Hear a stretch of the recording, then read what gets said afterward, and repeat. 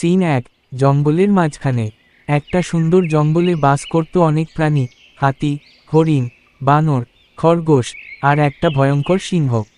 সিংহটা ছিল বড্ড লোভী। প্রতিদিন সে একটা করে প্রাণী ধরে খেয়ে ফেলত। সবাই ভয়ে ভয়ে থাকত। Clapper board scene ২। সভা বসল। সব প্রাণীরা একদিন জঙ্গল মাঝখানে সভা করল।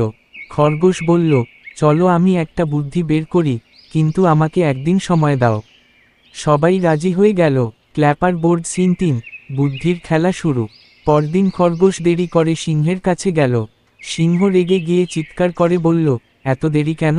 খরগোশ মিষ্টি করে বলল, রাস্তায় আসার সময় আরেকটা সিংহ আমাকে আটকেছিল, আর বলল, এই জঙ্গল তার। সিংহ রেগে লাফিয়ে উঠল, কি? আমার জঙ্গলে আরেকটা সিংহ? Clapper board scene ৪। বোকা সিংহের ফাঁদে পা। খরগোশ বলল, চলো, আমি দেখাই। ও একটা কুয়োর মধ্যে থাকে। সিংহ তাড়াতাড়ি কুয়োর কাছে গেল। খরগোশ বলল, এই যে, এই কুয়োর মধ্যে তাকাও। সিংহ নিচে তাকিয়ে দেখল নিজের প্রতিবিম্ব। সে ভেবে বসল, নিচে সত্যি আরেকটা সিংহ। সে চিৎকার করে বলল, এই জঙ্গল আমার। আর সেই সঙ্গে ঝাঁপিয়ে পড়ল। প্রাণীরা আনন্দে মেতে উঠল। সব প্রাণী খুশিতে লাফালাফি করতে লাগল। খরগোশকে সবাই বরণ করে বলল, তুমি আমাদের বাঁচালে। ধন্য খরগোশ। বই শিক্ষা: বুদ্ধি যদি ঠিকভাবে ব্যবহার করা যায়, তবে বড় শত্রুকেও হারানো যায়।